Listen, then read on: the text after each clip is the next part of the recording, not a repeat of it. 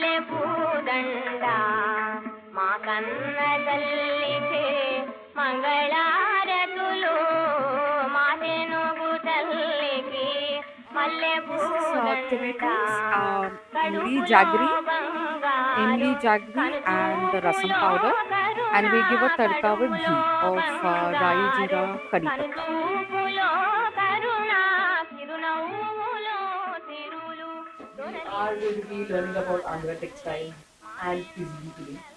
I'm very excited, because I love the food personally, and I love all textiles. Hopefully, I'll get to know a little bit more today.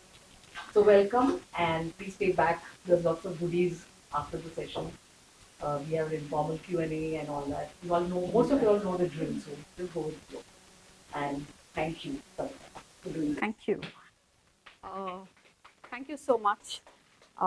What she did not tell at all is that I'm the guinea pig today. She didn't want to say that, but yes, I am the guinea pig for the recording. So forgive any mistakes that may happen because I'm really stressed out. I've had to cook, and that's not exactly something I love doing. The idea actually came because we were having this very informal conversation on food in general and how food in our homes is. That's the Andhra homes that we come from. And we were talking about how little known this cuisine is. You know, mota, everyone knows one or two things. And maybe if you've traveled to Hyderabad, you would have had a couple of sweets and that. But typically, the food that we have at homes on a daily basis in the Andhra region, I will be very specific, it's not Telangana, it's Andhra, uh, is not known outside the communities usually. Unless you come to our homes and we're specifically making the cuisine, it doesn't get out anywhere and definitely not available in restaurants. Um, so I want to put out a few disclaimers before we start. The food that you see here today is specific to the community that I belong to, and perhaps more specifically to the families that we come from, my mom, my dad, my grandparents. Uh, it is vegetarian. It is also without onion or garlic. It's sattvic in that sense. Most of our daily food does not use onion, garlic, or even dairy. Dairy is a top up, usually like in the form of ghee, and curd rice is, while you'll associate it with the south, it's there are South Indians who don't eat curd rice. I would be one among those. So it's okay not to have curd rice. Yes, I don't. so I've just drawn on some family favorites when I presented this, and the idea was originally to have just a few people at over at my house and have a very small gathering and talk about a few textiles. And it was easier to show my saris at home than here. But Rohini had a different idea altogether, and she said, "No, no, we'll have to do it at Craft Circle." And here we are with 20 fabulous people here, and I think 15 who registered for the online recording. The saris are here, and I'm saying this because I don't want to be distracted by the food that's behind me. The food is important, but it's only the starter for the session. Uh, a brief history about the state itself. A lot of people don't know the state of Andhra. There is a tendency to believe that if you're from Andhra, oh, Hyderabad. No, we're not. Andhra is not Hyderabad. Hyderabad is not Andhra. So I'll be very specific, especially because 10 years ago, the two states were created, Andhra Pradesh and Telangana. Telangana with its capital at Hyderabad, which everyone is familiar with the cuisine, the culture, the craft, and everything. Andhra, you'll know it perhaps because of the textiles, but not really until we actually start talking about the textiles. The capital of Andhra was Hyderabad until last month. It is now Amravati, which is a historical town and has a lot of significance in the history of the state itself. So there's a reason why Amravati was chosen as its capital. Uh, Big cities include places like Vijayawada, Nellore, Visakhapatnam, and Kakinada, and places like that. Uh, the cuisine varies from every district. What you see here predominantly is from the Krishna district of Andhra. There's very little of the Godavari district in the cuisine here, but their textiles are represented in this collection here. Um, I wanted to introduce you all also to this whole banana leaf thing that is very popular with people, and it's very Instagrammable as well. You know, you have the plantain leaf or bale ele uta as it's called in Kannada. There is also an etiquette for this that I just wanted to spend a couple of minutes on. There is an order of service that we do. So the leaf, typically the narrow end faces the left hand side, and we start with salt being served here, and then we proceed, yeah, which I will do the service. At the end of your meal, if it's been a joyous occasion you've eaten the meal on, you fold the plantain leaf towards you. If it's a Shraddh or some other occasion like that, you fold the leaf outwards, symbolizing that you either want more of this food or you don't want more of this food, towards you, away from you. These are just simple etiquette. The other big thing is we do not start eating until the senior most person at the table starts eating. So, and we wait for the entire service to be done. We wait for the eldest person to start, and only then we start. We do not get up from the table till everyone has finished. We could leave a kid there and the adults would get up, but typically we will wait till everyone has finished. I think these are things that most communities practice because these were food brings communities together. So I think the way we serve our food, the way we eat our food is just an extension of the spirit of community that we are building. I'll just start the service. Um, the first thing that always goes is the salt. So, namak kam hua to please, you know where the salt is. Please help yourselves with the salt. You'll help with the dishes.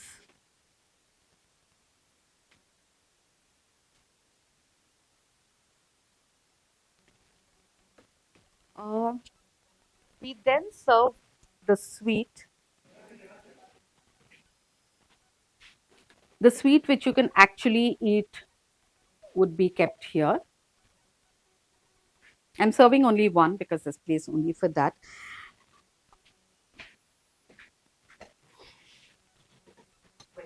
Yeah. Uh, yeah. Yes. Always. I think it's because salt is the basic ingredient. So you start with the basics and then build the pyramid upwards. You know, you get more sophisticated and refined as you go along. So the basics will start, and then, so if you look, the salt is served first, and then a sweet, which is quite elaborate, will be served just to assure the guests that no matter what the occasion, there will be a meetha. You know, please eat. Probably not, but I think it is, yeah. Um the dal that is on the menu today is what we call the muddapappu or the votipappu. It's just plain tur dal with ghee. The reason we this is on the menu today is because all the other accompaniments are eaten with this dal. So I've used a very basic, simple dal today so that the flavor of the rest of the food comes. So that would go on the right so that when you start eating, you start with the dal. So your right hand reaches the dal first. I think you can take this and you have the idea of one of the sabzis you give me.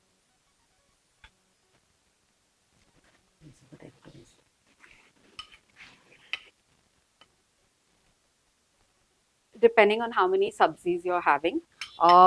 Today, this is what we call vankai kotimira karam, which is a brinjal stuffed with a coriander, green chili, and ginger stuffing. The gravy would also be that gravy, as in not the masala gravy that we associate with the north, but just a little topping to eat it with. I take this one. Yeah, yeah.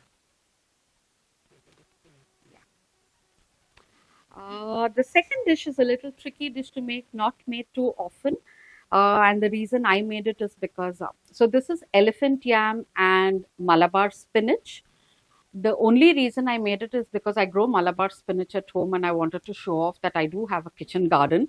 So everyone gets to eat this very, very typical home recipe. It's called the Kanda Bachali. Kanda is elephant yam, Bachali is Bachal Kura or Malabar spinach. That goes as the next. This one.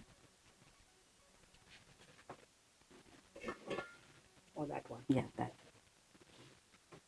No, the chutneys. The They're behind you. chutneys. The chutneys go next.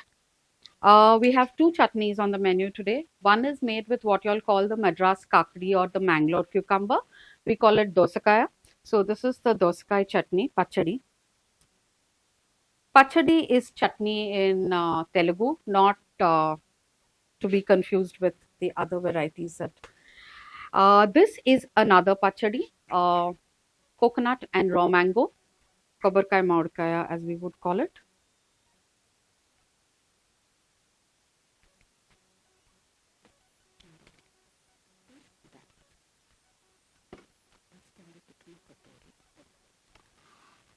This is again something you will get only in homes. This is a stew, what we call pulusu. The pulusus are very light stews, don't necessarily have a lentil base to it. They're usually had with rice, with the dal. This particular one is made with red pumpkin, raw mango, and drumstick. So they will be a little sweet and sour. Thing. So I'll just put a little on this because we don't really want to.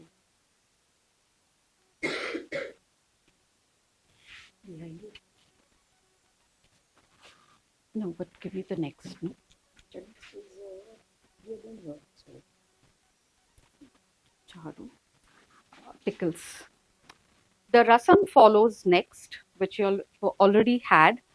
Next would be the pickles that we serve. Everyone knows the Andhra avakaya, so I had to bring that. There are two varieties of avakaya though. Krishna district makes a very spicy version of it, and the Godavari district makes a version which has jaggery in it. So both varieties are available, and the jaggery one is for you because you come from the district. Which is the one that we had on the Upma Basilic? That is Alapachadi, which is there. That's somewhere there. No, we just have one pickle instead of loading the rice. The plain rice comes in here because this is the order of eating, right side. So the plain rice that you're serving will come here, followed by any other rice that you plan to serve. And usually in Andhra homes or for festivals, the tamarind rice or the pulihora is mandatory. No occasion of ours is complete without that, to the point of boredom, but here we are. The pulihora. I'll take the curd. So usually you would use Sona Masuri or kolam. We do not use fragrant rice in our cooking at all. So a common mistake that people do when they're trying out our recipes is use basmati, which does not work with our cuisine at all. So non-fragrant rice like a Sona Masuri or a kolam works very well for our cuisine. No, I'll put it in a cup so that it's not running all over the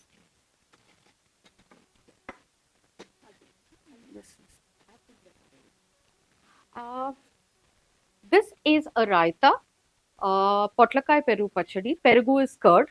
Potlakai is snake gourd. So this is a snake gourd raita that we have. There's also a little curd rice that we have kept here. Typically, we will. This is not actually curd rice in the technical sense of the term. This is what we call the dojanam, because this is tempered curd rice with cucumber and raw mango in it. Normally in homes, it would just be plain rice with dahi that we are eating. Sometimes, of course, this is served. So I'm just keeping it separately so that we don't mix up.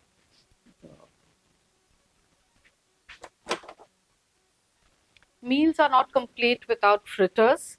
So there are two varieties here. One is the curd chili that a lot of people are familiar with. In Tamil, it's the Mormulaga, and in Telugu, Chalamirapkailu or Urin Mirapkailu. So they can be either placed on this side or on this side, depending on your personal preference. And this particular one is made with ash curd. This is an Andhra staple. I mean, a lot of our homes are incomplete without this. We make this for the year and keep. So, this is the menu for today.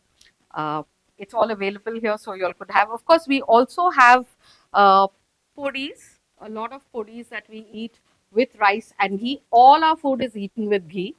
You can top it with ghee. This is a podi that we call kandi podi, a lighter one. You could have it. It's very nice with oil, groundnut oil as well. And this is with white sesame, novel podi. Yeah. So they're all kept here so you all could help yourselves later. But the idea of talking about the food um, came, of course, because I just felt there were no restaurants that served food that's authentic. You want to eat something that's so typically home, but you don't have the energy to make it, and there's no place to go to for us, so we have no choice but to make it at home. Um, but as I was discussing it with Rohini and others, what I did realize was our food looks extremely simple. It's not glamorous looking food at all. Uh, there's very little oil except in some ingredients. Of course, our pickles are drowning in oil, and vegetables like brinjal will drown in oil. But otherwise, it's very simple looking food for most part. But it's not very easy to make these things. They look very rustic, very simple, very non-glamorous, but some of these dishes are extremely difficult to make, and you need a certain level of skill to be actually nailing these dishes. Those of you who came in and have had the starters, you all know I did say that the charu, the tomato rasam that you all had, was without a lentil base because we were serving it to drink, and you'll had the upma pesarattu or MLA pesarattu with alla pachadi, which is a ginger tamarind chutney. Um, so that is it actually about the food, because I want to talk about the connection with textiles. The fact that our food looks like this, and when I was exploring that idea further, I realized our textiles are also like that. Deceptively simple looking textiles that don't actually reveal the depth of technique that they use or the history. Andhra itself, as a state, finds mention as far back as 800 BC.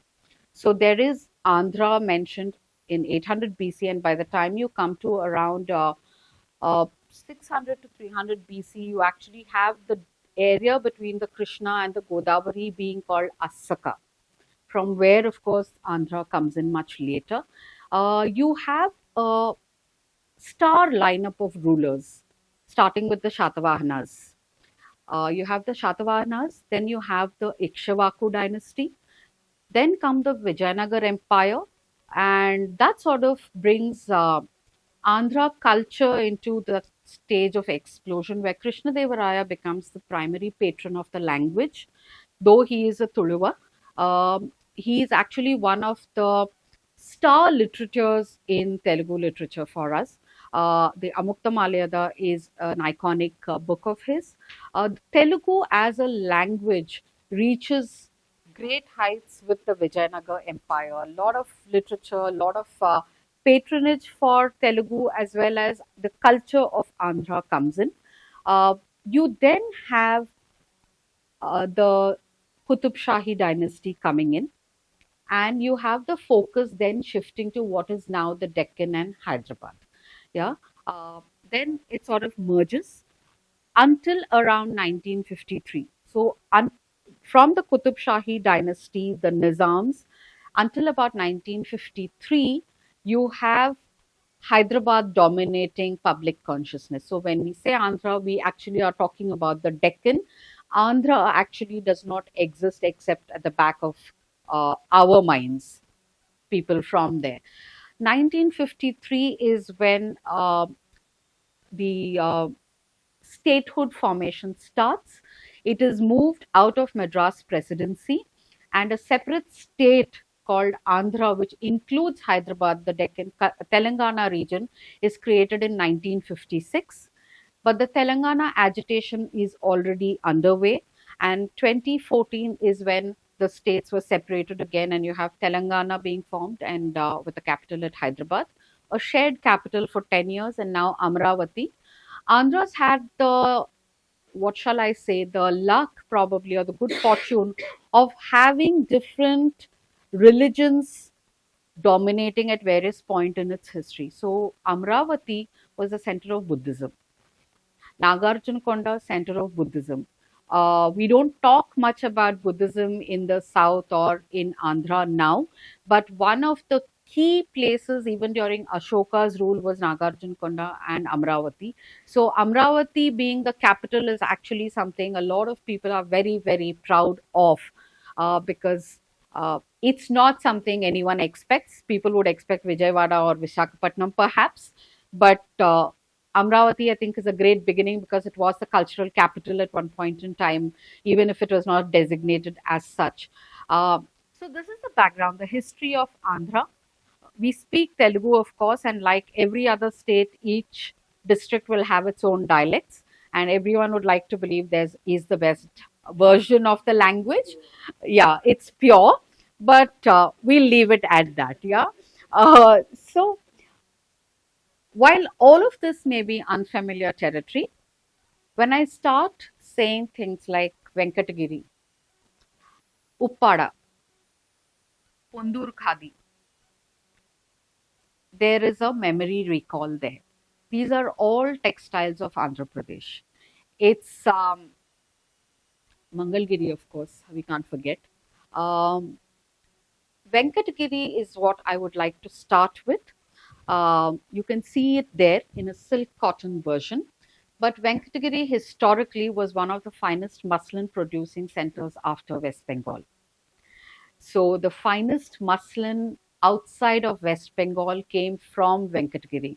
So you have the cotton from Venkatagiri being exported or being sent out uh, for one of the most valued textiles and difficult to find textiles of Indian history, the Kodali Karupur, which the Tanjore royalty, Maratha royalty wore.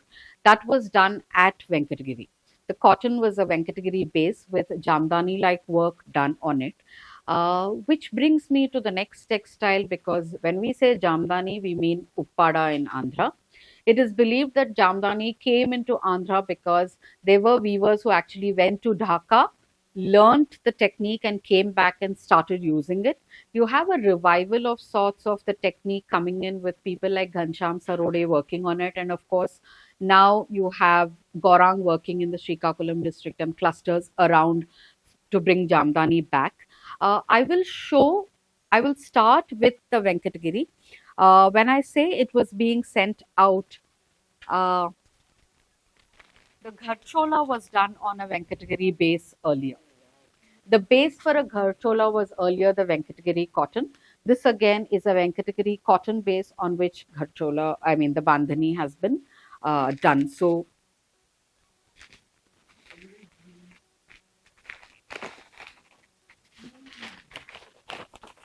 very, very fine cotton from Venkatagiri, documented extensively by Forbes Watson and still available in his catalogs. So, extremely fine muslin coming in from Venkatagiri. I will pass this around. I have a question about the cotton. So it's like the Deccan is where the cotton is grown now. Was it like that then, or was there cotton in? There was cotton in the region, definitely.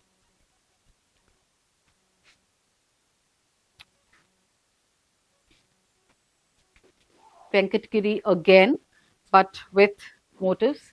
Hema is wearing a Venkatagiri again. Hers is a vintage piece. Venkatagiri no longer, unfortunately, the weavers don't do Venkatagiri cotton anymore. They've all switched to making silk or silk by cotton like that. They don't make cottons anymore because it's just not worth the labor, really. It becomes very expensive for them to make. What about the sari?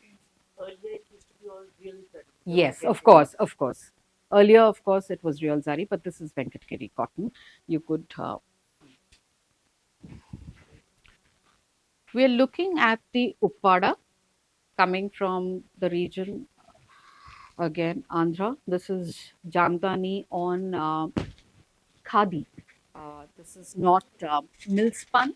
This is on khadi. So this is an Uppada again. Andhra naturally is known for its cottons. We really, really struggle to find brocades over there or silks because the weather didn't permit it, and it is a cotton growing belt. So obviously there's a lead, there's a preference for cottons and embellished cotton so that you won't have to wear those heavy silks. The only silk the state really has is the Dharmavaram, which now makes uh, everything that is sold as a cheaper version of the Kanchi. So Dharmavaram as a cluster actually has lost its identity, but we'll come to that later. This is the Uppada. I'm passing the saris around so you all could have a look. There is, of course, this is also an Uppada. Again, you can see how they've embellished with zari because then you don't need a silk really, you don't need a brocade. You can just wear a cotton. Andhra is terribly, terribly warm. They have no clue what a winter really is. So, again, an Uppada embellished, so you don't need silks. How do you differentiate between the embellished Uppada and the Ah, the technique really, and this is, I will come to that, I'll answer that in greater detail, but just I'm parking that question because I will answer that in a bit. Mm.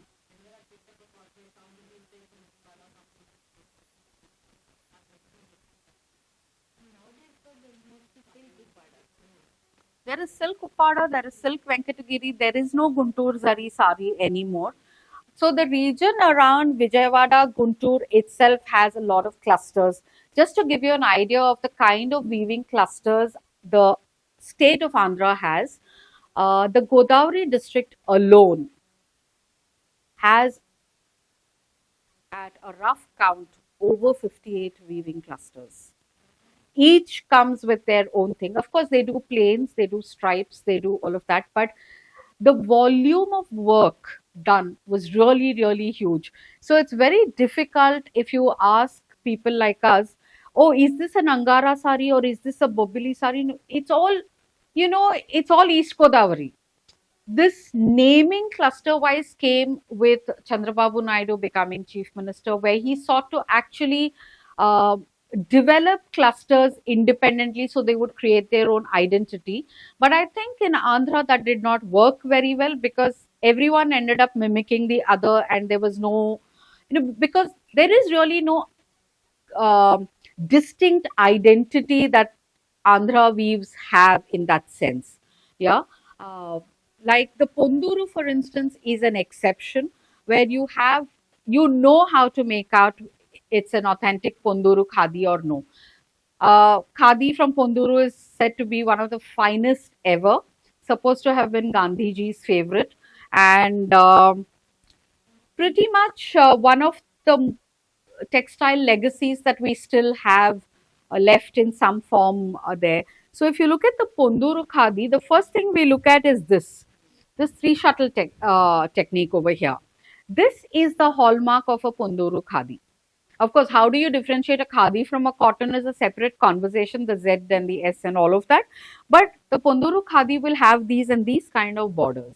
Very, very distinct three shuttle weave is a hallmark of a Ponduru. But otherwise, it's very difficult if you're not from Andhra to differentiate between, say, a Guntur Zari and a Venkatagiri and an Uppada and etc. because they're all so similar. And when you go to East Godavari, your mind actually starts swimming because you're completely clueless. This, for instance, is an East Godavari Mandapeta. So this is an East God. No, this is not. This is just simple cotton. But this is an East Godavari weave. That is a Ponduru khadi. That's khadi. This is just a simple cotton. But this is what Andhra is really about. You see, at the end of it, the running theme is that that the saris were not exclusive to certain people. By and large, everyone could afford a handloom, and there were enough clusters to create self-sufficiency across districts. So this is from East Godavari. Very, very generic, really. You know, they're plain, they just stripe, check, you just play around with it and not give it any distinct identity, because this is Aam Aadmi kind of a thing, really for the common person. Yeah, but not as a thing of as a hallmark of identification. Yeah, it's not. Like, for instance, I'll show you this sari and maybe you all could guess where this one is from.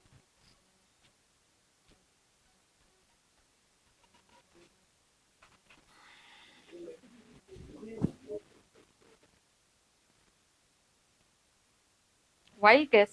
I mean, just wild guess. That was very safe. That was a very safe one. No, Gadwal is Telangana, by the way. This is Mangalgiri. Do you see how generic this is? Because Mangalgiri is trying to actually keep itself afloat by creating saris that will appeal to a larger lot of people who don't want zari on their saris. So what do you end up creating? You end up creating something like this that looks like what it could come from any district in Andhra and still go. Yeah. So this is a Mangalgiri, but I think the Mangalgiri y'all are familiar with would be these. What I'm wearing is a Mangalgiri. What I'm wearing is a Mangalgiri. This is also a Mangalgiri without check. You see how generic this is? Except, of course, that the only cluster that really does this missing weave kind of a thing is Mangalgiri in Andhra. No one else really does it. But yes, you will see when you hold this up, you will see checks like this with lines missing. So lines, literally the weave is missing. So the yarn is not placed over there. Yes, I do. I have those gadwals. Weft. This is, of course, the classic Mangalgiri with the zari and made to look very glamorous, because you need saris that you can wear to a wedding or some occasions at home. So you would, Mangalgiri was what you would wear. You know, that Mangalgiri, gold. This is silver, of course. I'm coming to a weave.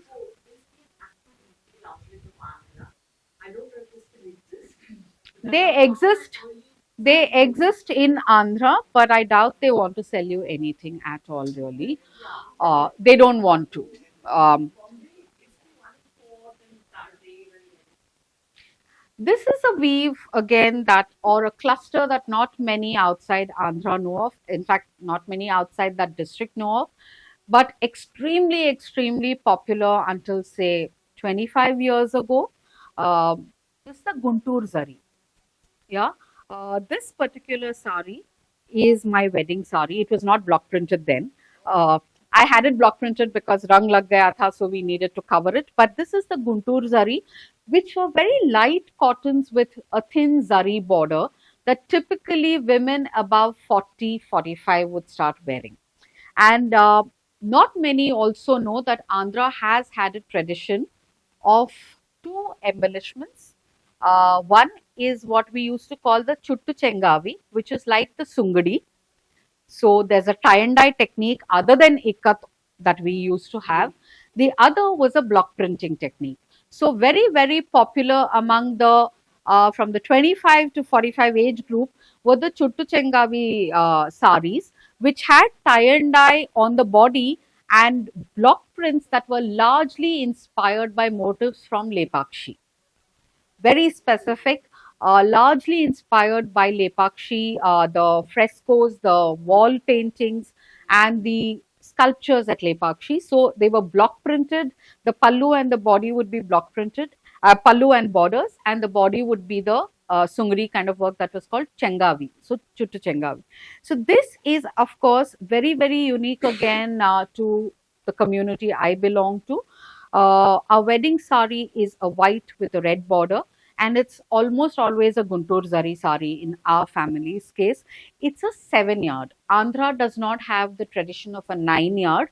We wear a 7 yard, and I'm happy to drape a 7 yard if anyone wants to try that. Yeah, I can drape it. So this is a 7 yard sari from Guntur. And in my mom's side of the family, all of us have got it from the same source. Weaver turned trader turned entrepreneur, and now no one weaves in the family anymore. It's the trajectory of most clusters. It's what happens in most clusters. But this is a Guntur sari, very very. Uh, Thank you. It was a rescue effort, but yes, we did that. Yeah.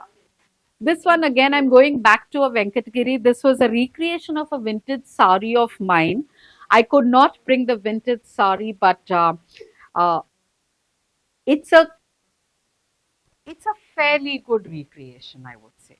This itself, standalone, is a very good piece, but if you look at the motifs, they are very similar. This used to be one of the most difficult motifs to make in the cluster. Unfortunately, now no one wants to do this because it is so difficult and they don't have the level of skill sets needed to execute these brilliantly. So it's really difficult to get weavers to make these very well. We used to call this the Batani Butta because it looks like a green pea. So this is a recreation from a very old sari of mine. Uh,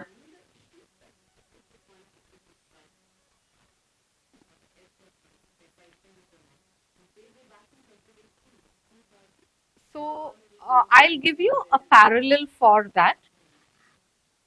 If I got a job today and I was told I'm going to give you a great amount in the month of January, just so you can work the rest of the year in anticipation of a similar salary, but you actually don't get anything. You get only the January salary, and then you're waiting the rest of the 11 months. You're not going to be working there anymore. It's the same with the weavers. You could give one order, which anyway they won't take because one order is not going to get you anything. Sustainability of the business is what is at question. It's not about the money. I could be making a sari and selling it for 500 rupees. That's fine. As long as it is a steady income. It has to be a steady income. It's not about everyone cannot make or buy a paitani all the time. You need saris like these in order to survive. The tragedy, I think, with Andhra textiles is that the potential exists. The the the workforce or the craftsmen were there until recently. Uh, the ability to weave generic saris that could be sold anywhere in the country without screaming where they are from exists. In fact, all these saris, if I didn't actually tell you where they came from, you'd just buy it. So it means the rest of India is a huge market for Andhra, potentially. But that advantage gets squandered, has been squandered. So you don't have that anymore. So you're just trying to survive. You're just trying to survive. In fact, Ikkat comes to Telangana from Andhra. Chirala in Andhra is the home of Ikkat. From there, it moves to Telangana where it flourishes, but it's died out in Chirala. Right? So Andhra's had several advantages: cotton growing bells, skilled weavers, the ability to weave very simple saris to very complex saris. They've got the entire spectrum there, but they do nothing. They're not able to do anything. I'm not saying they're doing nothing, but it does not work as well as we would like it to work, is what I would think. For instance, as a Mangalgiri, this is a really old piece, probably 60 years old, very unusual border. But back then they were doing this until at some point they decided we're just going to make them plain. And that became the trademark. So you do have this kind of skill level existing, and that was replaced by people who were just doing kaddi anchu, what we call, just simple borders with no work on it, just stripes and zari or some kind of a pattern on it maybe, but no. This is a very unusual Mangalgiri. this is a very unusual Mangalgiri. But this is a vintage piece. So you have, of course, the thing with Andhra is a lot of its base fabrics were being used by others, like in the case of the Gharchola, as I showed you, and that continues even today. For instance, when I show this sari, what you actually see is the block print. You would buy it for the block print, but I bought it because it's a Ponduru Khadi. This is exactly what's happening with Andhra's textiles. Their own identity gets submerged under a newer identity that is not indigenous to the state. So whether it's a Gharchola, so when I show you the Gharchola, you're going to admire the bandhani. You're not going to look at the base fabric. Base fabric does not matter. But that is a Venkatagiri. Therefore, it's expensive. This is a Ponduru Khadi. But what we are looking at is the block print. So Andhra's textile identity gets submerged or gets hidden by this surface embellishment that happens. Yeah. Unfortunately,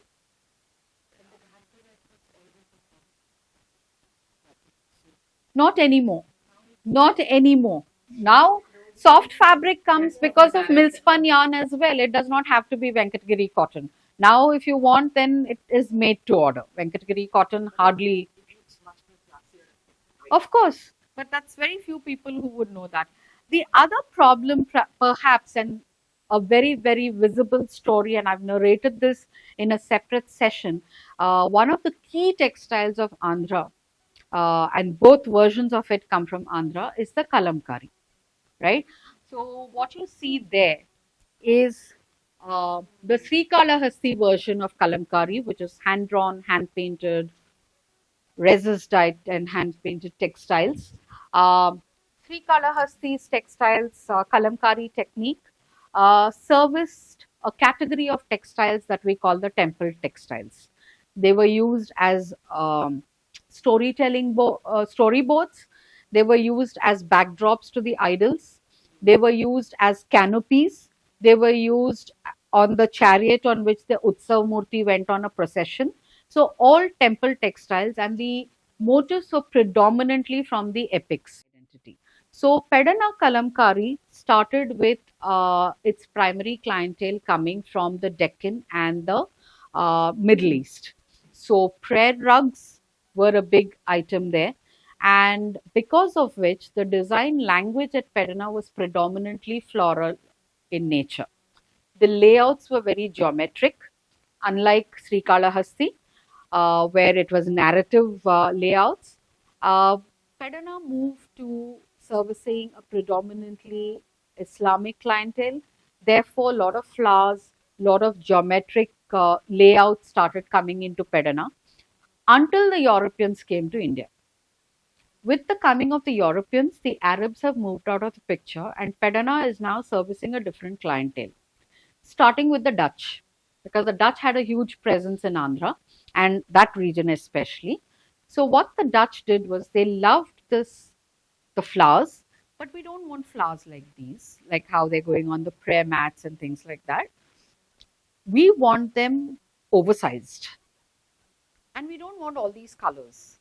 We want only three colors. Give us creams, give us reds, give us blues. Don't give us anything else. So the design aesthetic and the design language at Pedana changed to service Europe. So the Dutch, the French, the Portuguese, the English, all of them created the textile that we know as chintz.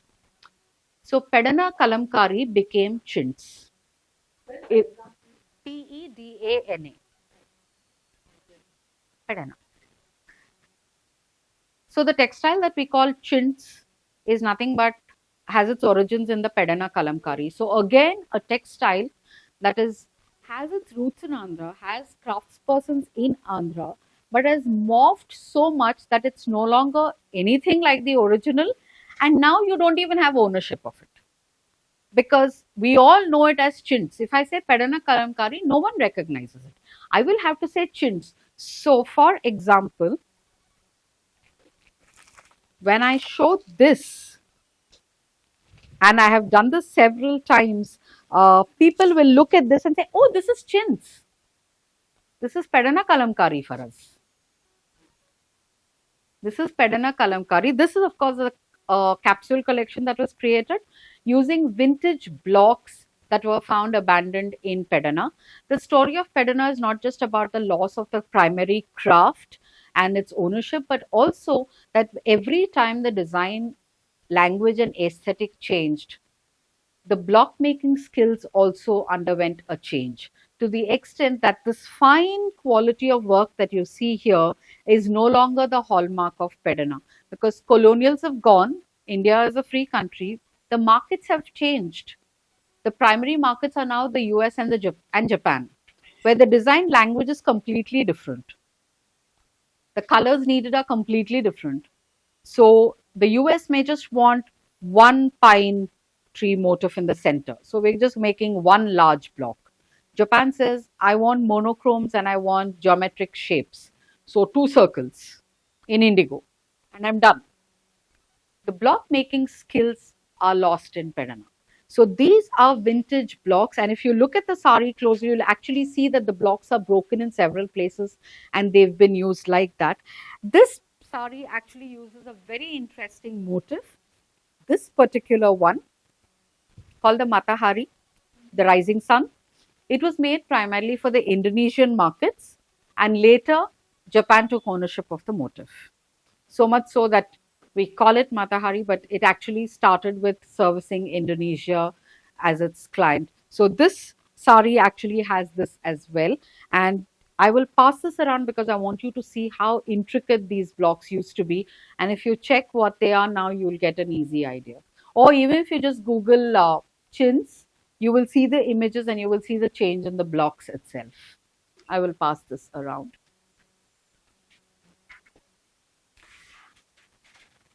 Again, you need to survive, so you will adapt, even if it means you're going to lose your identity in the process. And that's exactly what Andhra's textiles are about, unfortunately. This again is a Pedana Kalamkari, as in it's done in Pedana, it's natural dyes. These are old blocks that have been done, but you look at the design. Very, very contemporary. Nothing that takes you back to Kalamkari and chintz or anything. And because this is from a capsule collection and this was not repeated, there's just one sari made. This was not repeated again. Yeah, I mean, even the aesthetic, like, you know. It was not made again. This was an This is experiment. rare enough, but that is even rare. There's just the space. There isn't another. It's just too expensive to make these anymore. No one wants to pay this kind of price for a cotton sari. No one really wants to. This would be, I would hazard 6.5.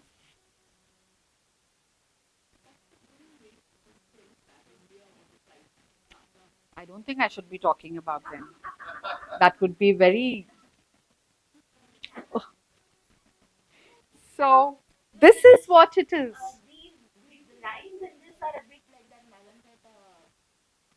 Correct. But this is again Pedana blocks, old blocks at Pedana that were being used. This is natural dyes, so it's really, really rare. I'll send you the note on that. Those are all natural dyes. This sari is also natural dyes, the Pedana. This, of course, is Srikalahasti Kalamkari, very, very easily recognized by the motifs.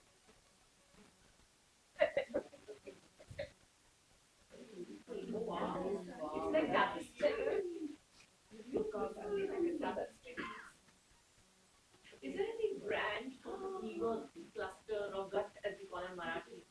No branding for them. So borders. This is on a Maheshwari silk cotton. So,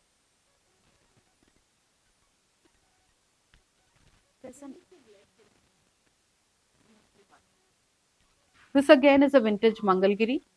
So you see where the aesthetic comes from, that you could actually wear these saris for a wedding. This is a black, again rare, but I just happen to have. This is again a vintage piece. This is a Mangalgiri. the Lone Star silk in Andhra coming from Dharmavaram. Finally, you get to see it. Dharmavaram actually was, um you did not, Kanchi was not the popular choice, I would say, because we wore cottons at our weddings. And if you did wear a silk, it would be a Dharmavaram back then. Dharmavaram was characterized by a short pallu and a border only on one side, which made it a far more affordable sari than a Kanchi is. This design, language, and aesthetic no longer exists with Dharmavaram, but this is 60 years perhaps, the sari. Almost, yeah, this is, that was with Dharmavaram. So this is something I'd like to talk about, and I usually say this about the Gadwal, but again, the Dharmavaram was that kind of an aesthetic, very, very practically designed saris. If you look at Andhra's textiles, why do you need a border on the top when it's going to be tucked in? It's a waste of zari. That zari is going to scrape your skin and give you unnecessary grief, and you're going to pay so much more. And the zari is not going to show. So why bother at all? So you give a short pallu and you give a bigger border at the bottom and you're done.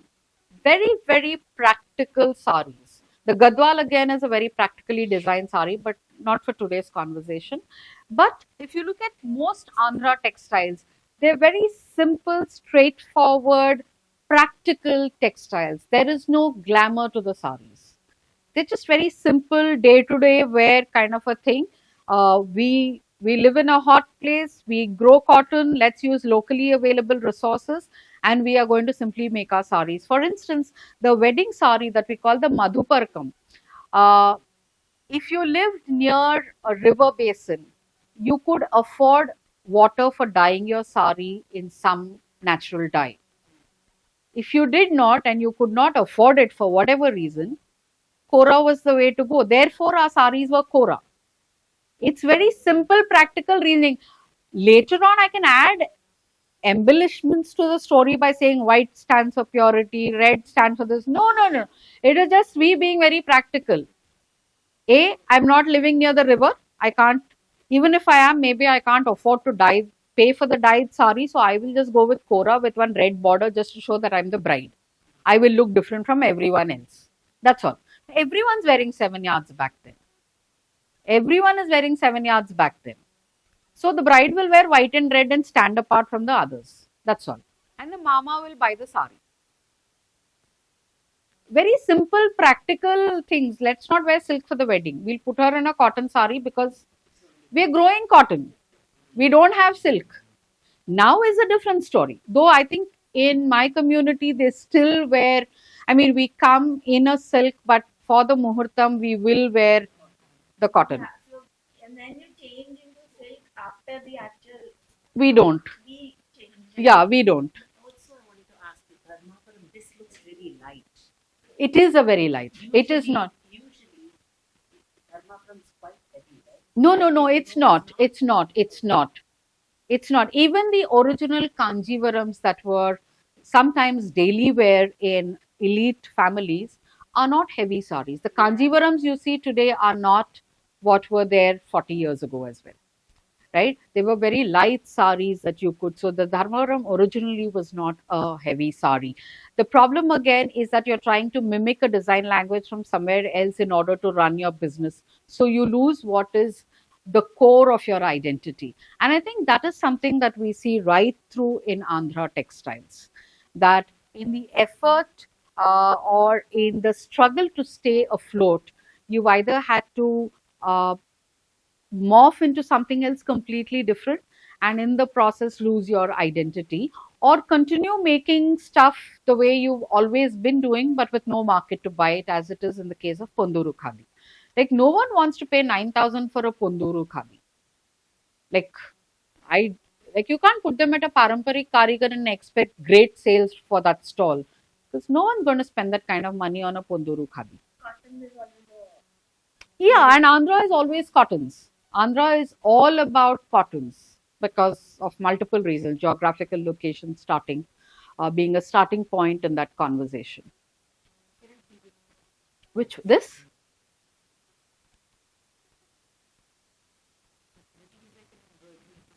It does look like that, but it's been quite the challenge to get weavers to do that.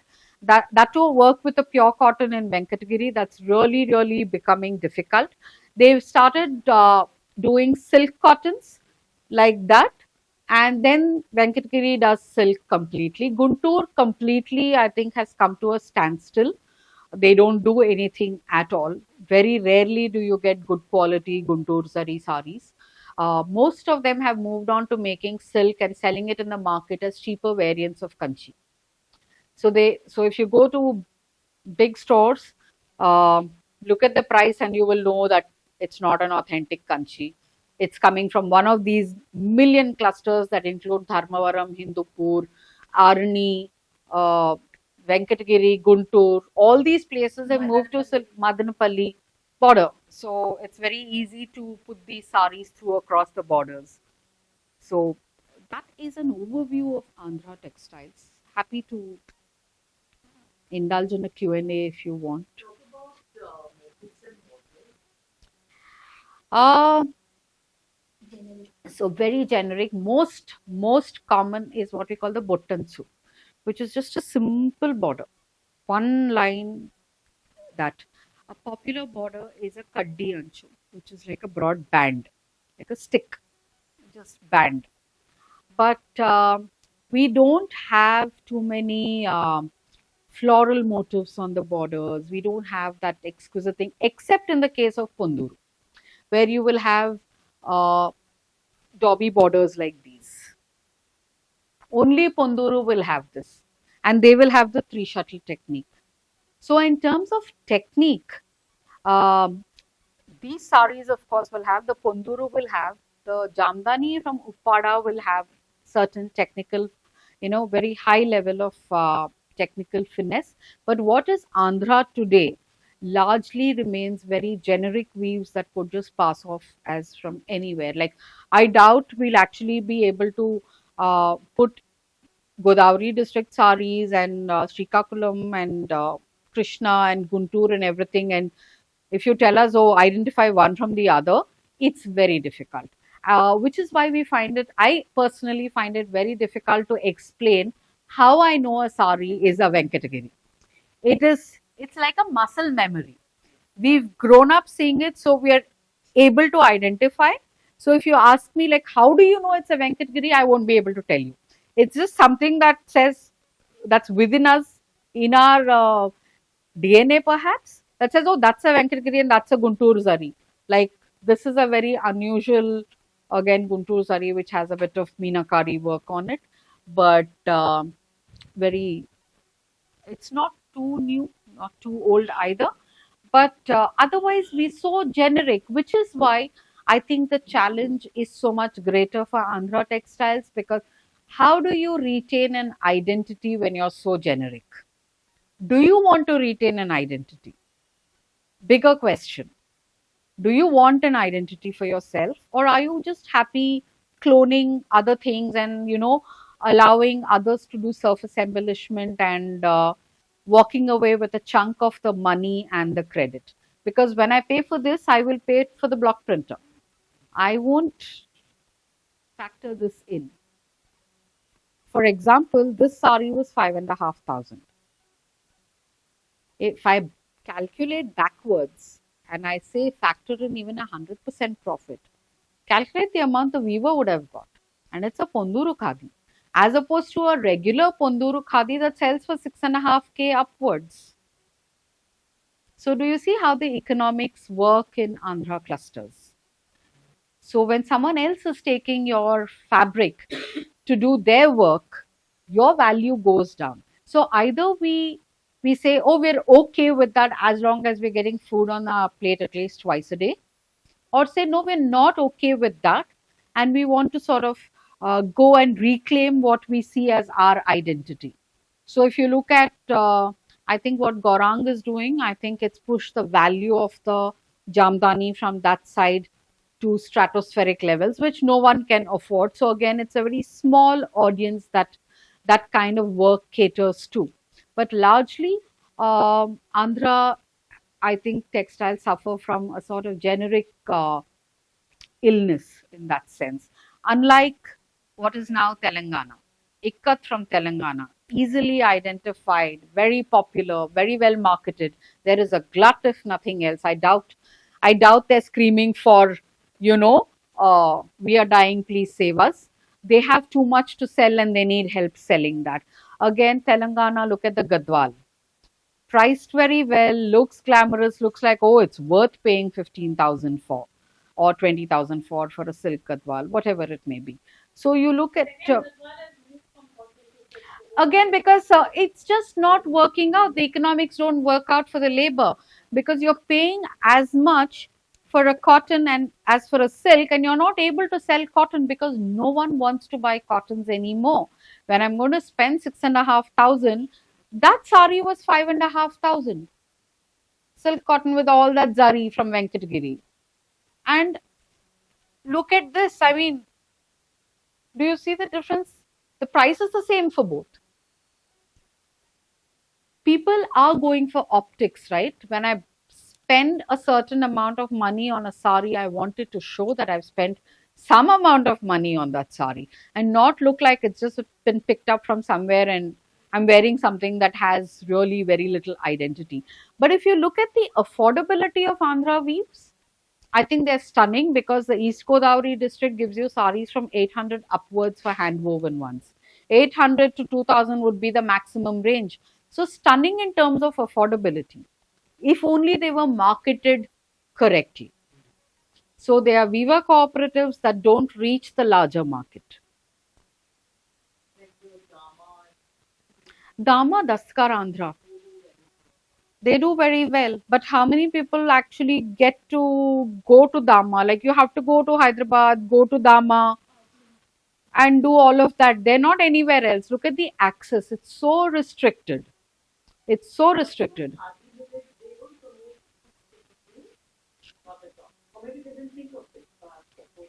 Perhaps I would not.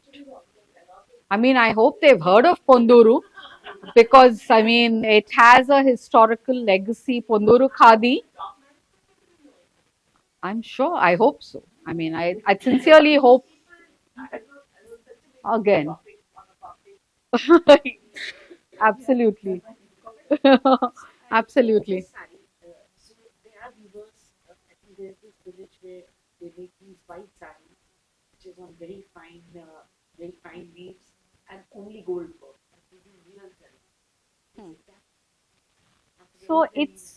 So it would not be a village. It would be a certain set of looms working under a saukar who would do that because they have a ready clientele for that. So they usually say supplying to designers. Their only job is to weave kora with gold so that the designer can actually do whatever embellishment and dyeing and things that are needed. Typically, that's how the markets work because no one buys uh, a cream and gold. It looks stunning. It looks stunning. There's no doubt about it. But if you go to Andhra, they'll want to know why you're buying this. Like, why? You can afford a color now, right? So why can't you buy a colored sari? Why do you go for a kora? Again, black. Why on earth are you buying a black when there's a whole spectrum of colors you can buy from? White is typically with a red border is for the bride, and the plain white with no color, no border is for used to be for widows, not any longer. But I remember my great grandmother and all wearing 7 yards with just the plain white with no border at all. They would wear saris like that. With the red border is for the bride. So white has its slot in Andhra's culture. So ivory and gold is a bit of a like, do you really want to spend that kind of money? Like you want to pay that much for a cream colored sari? This is cream with Gold. and nowadays they do some colors also. They do a lot of color. In fact, there's more color. This is made on order. Venkatagiri. Venkatagiri with Batani Butta. You must be doing online, I'm sure. I've seen that. You will get a lot of silk online. You won't get cotton online. KK or something on the. He's doing cotton. Very few do. And he'll have very small quantity also, as opposed to the silk that he's doing. Maybe a lot of yard is That's why. cotton, but That's he why. also That's why. See, he's doing yardage in cotton, so it makes sense for him to use that yarn for saris. If he was doing silk saris, he would not be touching cotton saris. The reason he's doing cotton saris is because he already has cotton yarn for the yardage. So the economics works out for him. Otherwise, they don't touch. But a lot of Andhra weavers are also moving into yardage because sari is becoming, nobody is even wearing Mangalgiri sari. does a lot of yardage. Again, Everybody Andhra, is switching to yardage. because again, like I'm saying, Andhra's textiles have always adapted to the customer preferences, which is one of the reasons why the identity gets diluted and reduced over the years. You don't really know, it's constantly morphing every time the client changes. So, one particular set of 5 years, we'll have a glut of Mangalgiri salwar kameez sets because that's what the market wants. Till you're sick and tired of seeing everyone wear this Mangalgiri thing. Then suddenly the saris come back into fashion because someone's worn it on a sari group and it's, oh my god, it's looking so gorgeous, so let's wear. Or hopefully a celeb has worn it and looked so good, so they're saying, oh, we want a Mangalgiri sari. So again, the entire cluster moves towards this. But a lot of these clusters are Saukar-led clusters. These are not entrepreneur-led clusters. A lot of them are still down south, at least Karnataka, Andhra. A lot of them are Saukar-led clusters. So there will be a Saukar who gives them the yarn, gives them the design, and gives them only the labor, the majuri. So they will just weave whatever the Saukar is asking them to do, and he will come and collect it and go. But he is sort of the karta dharta of the entire ecosystem because he is giving them loans when they need for a wedding, for building a house, or to settle a gambling debt, one alcohol debt, whatever it may be. The Saukar is the karta dharta of the ecosystem. So especially in clusters like Mangalgiri, it's very difficult to break that breakthrough and work with clusters at an independent level because the Saukar stronghold is very, very strong. Also, as opposed to Telangana and specifically Hyderabad, in Andhra now is of course a little different, but a lot of them don't speak Hindi. Even in Karnataka, you have that issue. They don't know beyond their regional language. So even if I gave you the weaver's number, you're going to call back and say, you can read English, you can speak Hindi. That's an advantage other than Telugu. So automatically, you get the upper hand in the cooperative society if it is formed. So weaver cooperative societies are not always as egalitarian as we imagine them to be. There's always, society cannot exist without that power play kicking in. There is always a hierarchy. There is always a power play. There's always someone who's going to call the shots. Yeah. Till they learn how to use translate. Andhra will not get there because we are struggling to have the second gen come into weaving because you had schools opening, you had access to education, you had access to government jobs, and everyone is becoming an engineer. We created the IT sector. I mean, like, we run that sector all the way from the US to here. We run the sector. We don't need weavers because we are working on computers. So as a joke, I would tell my friend, if a Telugu second language is Java. Yeah, we have someone there who's Telugu and who's engineer who went that path. So I'm among the few exceptions in my generation, but that's how it is. So when you give access to that, when you enable that, which is good because your per capita income goes up, all of that happens, but somewhere you have to lose something. And in Andhra's case, I think it's a loss of next generation of weavers, a dilution of design language, and a bigger dilution of regional identity. I'll give a small example, and this is something that we've just started looking at. I cannot confirm this to be the holy gospel truth. There is a cluster in Telangana called Siddipet. If you looked at what Siddipet was doing 100 years ago, there is nothing similar to what you associate Siddipet with today. 100 years ago, Siddipet was doing brocades like Benares. huge market for Siddipet brocades. Fine quality silk, beautiful brocades were going out of Siddipet. Then the market died out. The next thing they decided was, oh, we have cotton in our backyard. Let's start doing cotton because we have the skills to weave. So, cotton. Very curiously, and this is something that actually I think we need to pay more attention to, the most popular motifs of Siddipet today are the Golabhama, Batakamma, and Kolatam. Golabhama and Batakamma being the more prominent ones. What we realize is that these two are very, very indigenous to Telangana. The Batakamma, especially because it's a festival of Telangana, it's an indigenous festival. When you map the rise of these motifs and you look at the activism for a separation of states, you will see that they are aligning completely. So, Telangana Siddipet is probably an example of how textiles have actually created a regional identity for a region. That when you say Siddipet, you're saying Batakamma and Golabhama, and you know it's Telangana. When you're saying Andhra, you're actually struggling. What is Andhra? What is the core? That's the joke my mother used to tell, that some guy dies and he's taken to Yama's kingdom, and Chitragupta comes and says, "We've been trying to figure out what his mother tongue is. We beat him, we torture him, we wake him up in the middle of the night. He's still talking in English only." He's from Andhra. Yeah. He's from Andhra. He's from Andhra because English is our first language today. Preferably. Those of us who are speaking Indian English obviously don't hold the green card, the coveted green card.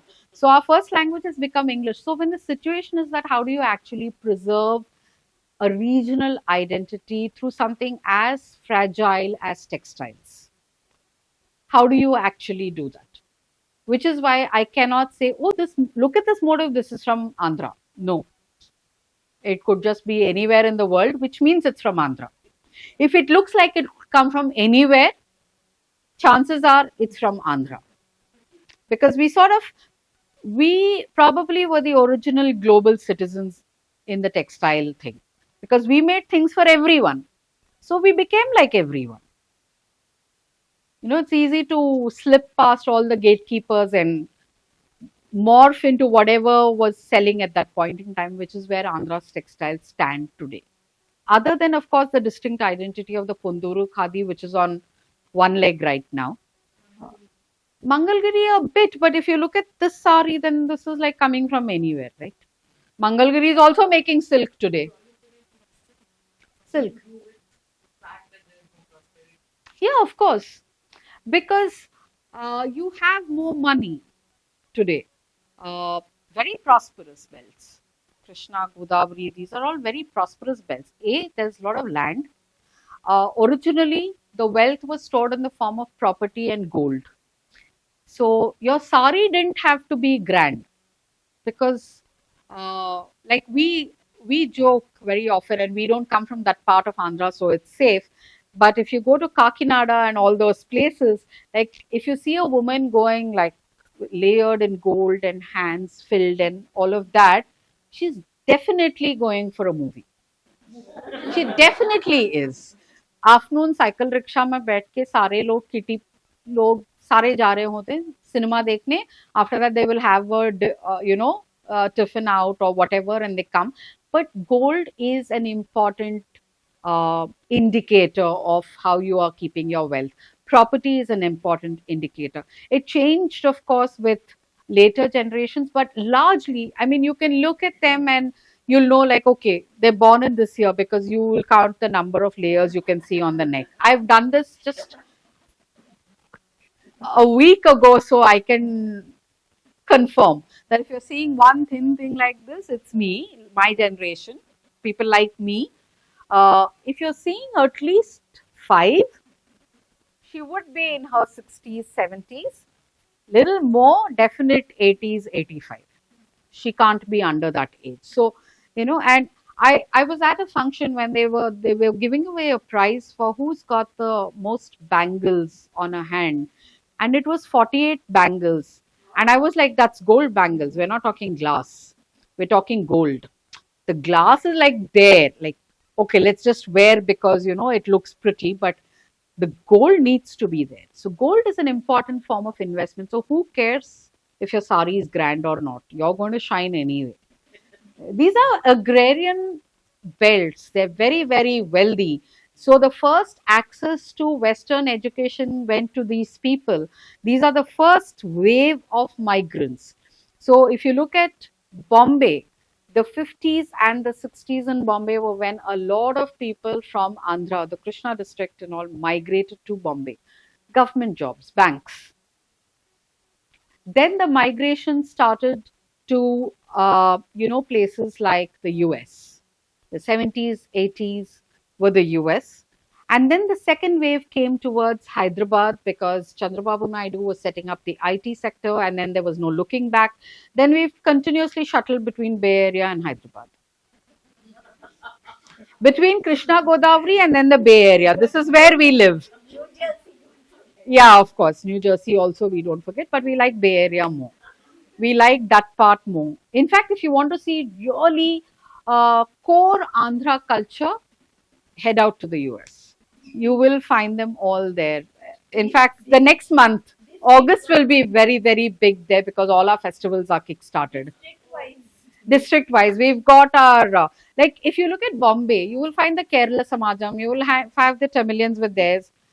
Andhra people are generally floating around because हमें कोई फर्क नहीं पड़ता जाना तो US ही है हम लोगों को यहाँ पे सभा समाज करके कोई फायदा नहीं क्योंकि बे एरिया में है अपना we've got a membership to the local Hanuman temple, Ganpati temple, Rama temple.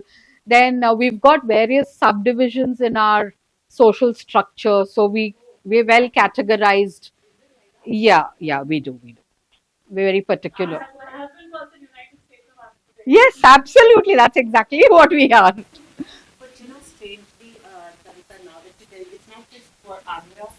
So I grew up in Tanzania, which is East Africa, and there are a lot of Gujaratis there. Yeah. Kenya has the Hindus and Tanzania has the Muslim population. So when I went from here to Dar es Salaam, we had Navratri called Nota in the Local American British English. They say Nota, Moja, Vanucha. So in the notas, they were. So in the notas, I said, let's just go. They said, no, Patel answer. Like this is Patel. Then Yeah. Hana Samaj, there's Bhatia Mahajan. Correct. There is Dhobi. And really, because in Bombay, we just went to NSC Gram. And there were people standing at the gate saying, Patel, to Patel grandmother. In that accent. But the doesn't allow Yeah. Because that's the money. So, and that's how we had even in the Kerala Samaj in the United Arab Emirates. Yeah. Likewise, you have. It's likewise. Like if you go to Bay Area, you can look at them and like we're able to make out, oh, you're so and so and you're so and so. And I've had caste based, and within caste you have subdivision, so it's subdivision of that subdivision also, so you can go as deep as you want to or stay.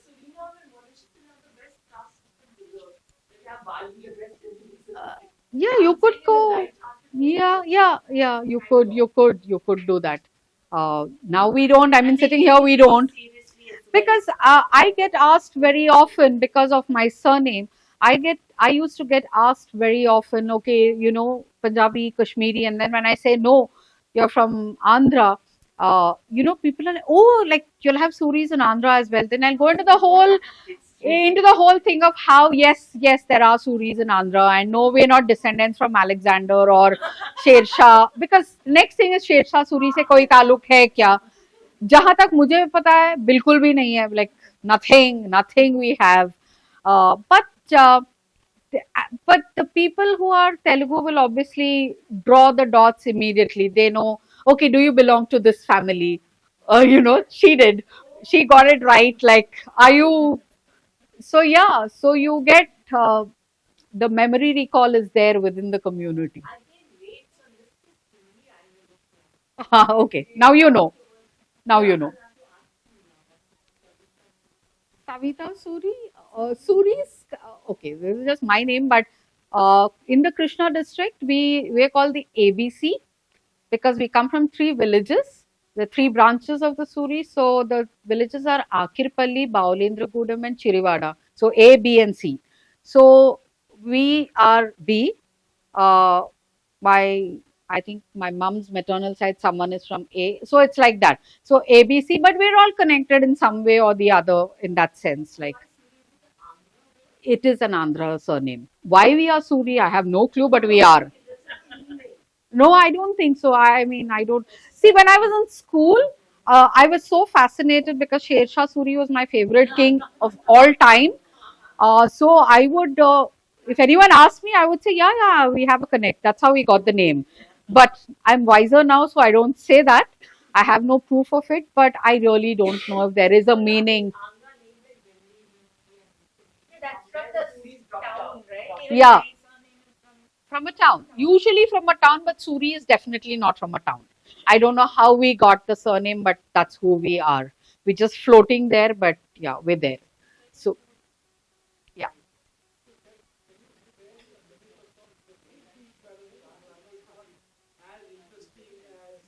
The waist. Oh, so the dhotis that we wear, very elaborate again. There are two primary ways of wearing the dhoti. One is a slightly more elaborate one, which is like the kashti that we wear only during functions or a wedding, and also those who do their puja 5 times a day, the Sandhya Vandanam, they will wear the dhoti like that with the kashti kind of a drape. Otherwise, we wear the pancha, which is not a lungi. Lungi is very different. The panche or pancha that we wear is a white cotton one with zari borders usually, or plain borders as well, just very generic, double folded and just draped and tucked. That's it. It's a full length. We don't have the lungi uh, culture as much in Andhra as we do in other parts. But the men wear. No, it's not indigenous. The people who do wear it usually are from the border areas, which especially bordering Tamil Nadu. They will definitely wear Rayalaseema, this side, Tirupati, Nellore. I have a question. You got these Yeah, partner like yantras that those are not yantras. That's just yeah. you design. Okay? Is this something special in the way because in this Madras diaries you have this? Another thing is I was doing a course on Mandirano Harappa to the Indologists. And they found this on that panel, the same crisscross, crisscross. So there are people, there are some scholars in that who said that, I mean, there are theories that the earliest Indian, they also found it very simple. You know what I'm saying? Yeah. The border. So I'm very curious to know how come Madras diaries knew and this course of Bhumidara Agapa from Tilak Mahavidyalaya. Well, I don't want to hazard a guess about how we are related because that's going to be a different thing. But this is what we call the Melikal Muggu. In Telugu, we call it Melikala Muggu. Okay, Melikalu means curves. These are the most difficult ones to make. These are the simplest designs, but we make very, very. So, Andhra has a tradition of what you all call the Rangoli or Kolam, as it is called in Tamil. We call them Muggulu, but we have a huge tradition, especially during Sankranti, where the entire month we actually do up all our yards with these rangolis, especially on Ratha Saptami. These that we make, we do not use any molds, any stencils, nothing. These are freehand, always. This, just to give you an idea of how big the rangoli can get, we can even do, say, 150 dots in the center line, decreasing and to 1. So 150 dots in a line, then you make 149, 148. It'll go like that all the way to 1 dot only on one side, and then we repeat it on this side. So our rangolis can be really, really big as well, and it is an art form. Especially these are very difficult to make. So if you see women outside making these, we know she's very skilled at craft as well. Inevitably, inevitably, because you need very deft fingers, you need very good hand-eye coordination, and you need to be very good at math. You need to be very good at math and geometry to do these. So these are Melikal Muggulu, typically done again by people who do them on a regular basis because they're very skilled at this. A lot of places. We do have an extensive tradition of rangolis. And they found this infinity from people also. So it is said, And all those. see, I don't know about the spiritual context of this. I won't get into that really, but these are actually supposed to be a metaphor for life and infinity. Yeah. There's no start and end. And the thing with these rangolis is when we start, we don't lift our hand till we've completed the end. It's one continuous flow. Like if you've seen the ones I've put outside, which is the most basic of all, we don't actually lift our hand at any point in time. There is no break. We don't lift off and put again. We start, it goes all the way through without a break, and it ends where it started. Therefore, infinity. You come a full circle. No breaks in between. Unlike other patterns where you can actually draw the diamond, lift, and then do something else, these patterns are difficult because of that. You need fantastic stability of your hand, and we use the rangoli powder. Here I've used chalk, but if you use rangoli powder, you should be able to pour in the exact same quantity from start to end. The dot should be finer than the line. Yeah? No color, that's true. We don't use color in these rangolis. Maximum, of course, what we do during Sankranti, and this is a beautiful Andhra tradition, one that I've been a part of as a kid, is in Sankranti, we make these rangolis outside, and all the girls would gather and they make these little pyramids, little cones made with cow dung, fresh cow dung. They're bobbemalu. And we decorate it with haldi, kumkum, and rice flour. That's the only color that ever goes into our rangoli. And we put flowers like hibiscus, marigold, and on that. And we usually, the girls would play kolatam. Andhra has a kolatam tradition. So, like the dandiya that the Gujaratis do, we do have sticks, we do have folk songs, we do have those dances, etc. So, girls would actually dance around this for Sankranti. Sankranti is a very girls' festival in Andhra. Sankranti is also the time that we actually do what the Tamilians call the Golu, which they do in Navratri. Golu itself comes from a Telugu word, Koluvu. Koluvu is to display, to have, to actually do that. To do the Pran Pratishtha actually. Koluvai Unnadu means he has deified over there, or he has emerged as a deity over there. So we do the Koluvu in Sankranti, which is for 3 days we do. Sankranti is 3 days. Again, agrarian communities, therefore Sankranti is about the cattle. So you have Bhogi, Sankranti, and Kanu, which is the 3rd day. 3rd day is when the cattle get a break and they are worshipped. So it's a holiday for all farm hands and everyone. So these 3 days of Sankranti is actually when we have the Koluvu at home. Unlike in Tamil Nadu and other areas where they do it during Navratri for 9 days, we do for 3 full days, we do the Koluvu.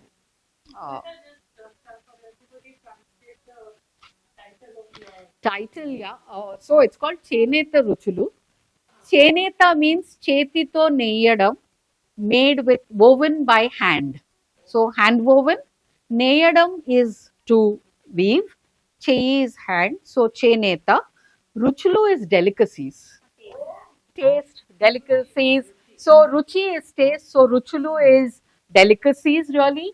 I'm not sure these qualify, but I just thought I'd play on it and show you the delicacies of our hand woven traditions.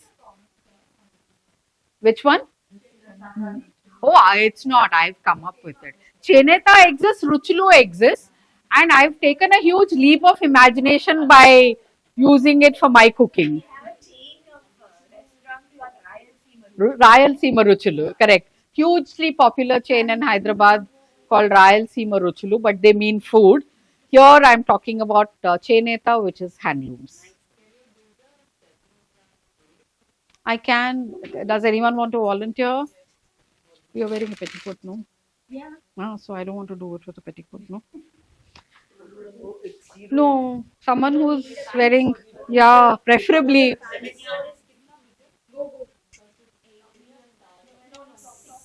a big round of applause for Savita. No, but please, the applause is after the food, please. I'm very worried about it. It's because it's being recorded. But let us applause for things that we already know are nice. Na? So, ah, um, my mother comes from a village uh, near a very small town called Nandigama near Vijayawada. She comes from a village. She hails from an agrarian family. My father's side of the family moved out of Andhra, I think, over 150 years ago. Probably his grandfathers moved out because he was a surveyor with the British. Um, and my grandfather studied at the Dhanbad School of Mines. So we moved out of the family had moved out many, like a century ago. I was born in Bangalore, grew up all over, and did my college again from Bangalore. And I've been living in Mumbai for the past 24 years. So that's my trajectory. Yeah, we grew up all over, so you sort of picked up traditions from everywhere, which is why my mother is very, very suspicious of the food because she says you're very, very adulterated. Like you can't be Andhra because on your father's side, you all moved out 100 years ago and you have gone all over the place. So she's very suspicious. Yes, we are. Yeah. And me by choice. Yeah. In my case. They do, they do. Andhra food is not about just the vegetarian cuisine. You get amazing poultry, amazing seafood, Nellore, Vizag, all these sides by the sea coast. So you have a lot of seafood. Andhra chicken, mutton, very, very, very. Our food is very spicy. Because we grow chilies. Guntur chili is the most famous. Like Guntur Kharam, there is a film by that name, but Guntur Kharam is the benchmark for spice. So if you can't tolerate spice, you should have the decency not to call yourself as coming from Andhra. Part one. Because it's like, how can you not eat spicy food? So our spice tolerance is very, very high. We use a lot of green chilies, a lot of very spicy red chili varieties as well. Guntur Kharam is a benchmark. This is very typical to the community that I come from. This is what I've seen my grandmothers and great grandmothers. Today, of course, not many wear it, but we do when we are getting married. So, this is the drape that we use when we are getting married. I used to drape it very often earlier, like every festive day when you had to do the bhog ka cooking. Uh, I would wear this sari because it was easy, and this is the only 7 yard I had, and it got used. So I would drape it on festive occasions. So it starts by leaving a certain length here. Yeah. So what my grandmother would do is that she would actually tie a knot here. So you don't need a petticoat. Yeah, you tie this knot. No, no. I don't have so much talent. I don't. Yeah, it is. It's done by someone in Bangalore. Guntur Zari. This is a Guntur Zari. We call it the Guntur Zari only. Oh, yeah, I think you want to know the style of draping it. Gochi Posi. I'll tell her. This is a drape that's actually like a mix of two. In the front, it will look like the nivi. At the back, it will be a kashta.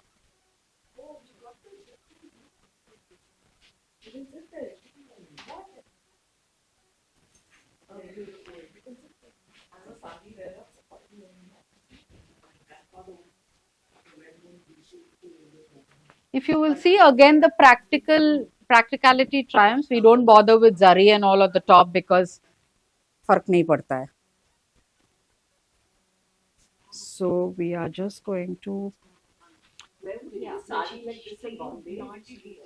You won't get it at all. These are usually made to order because it's the bride who wears them. No one else wears them. The generation that wore these on a daily basis are dead and gone. So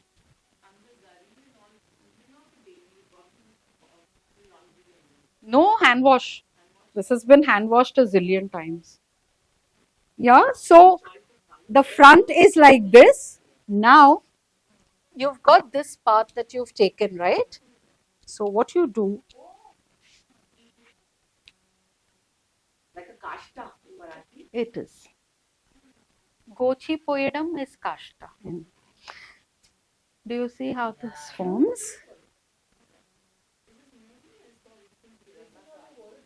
Yeah.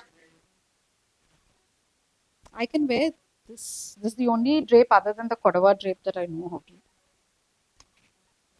So, yeah. See? So it does not need a petticoat.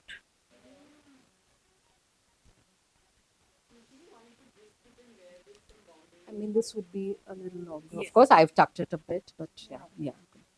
So it's a nivi in the front and at the back it's a kashta. That's a Kashta in Bombay, have you all tried it? I have, I mean, I've worn it at home. I've not gone out anywhere, but no, it's not. So what we do is, so this is how we wear it when, as a bride, this is what you would wear. But we also have an additional angavastram that goes. The angavastram is goes like a V, like this. Yeah, it's a Guntur Krishna. That's why, like, I had the angavastram that went like a V, and that is the first child's swaddle cloth is that angavastram. Yeah. So you receive your first child in that cloth. It's cotton. So it's earlier, I'm assuming it's, yeah. So this is. And Savita, you wouldn't see that when unmarried women wear the sari. I'm not threatening her with things like that. I'm not threatening her with things like that.